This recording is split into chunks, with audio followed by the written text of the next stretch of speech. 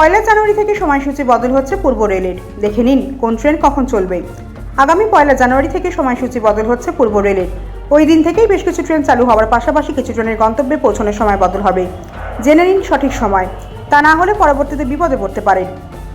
পূর্ব রেলের এবং হট শাখা ছাড়াও নৈহাটি সহ বেশ কিছু শাখার তৃতীয় চতুর্থ লাইন চালু হয়েছে।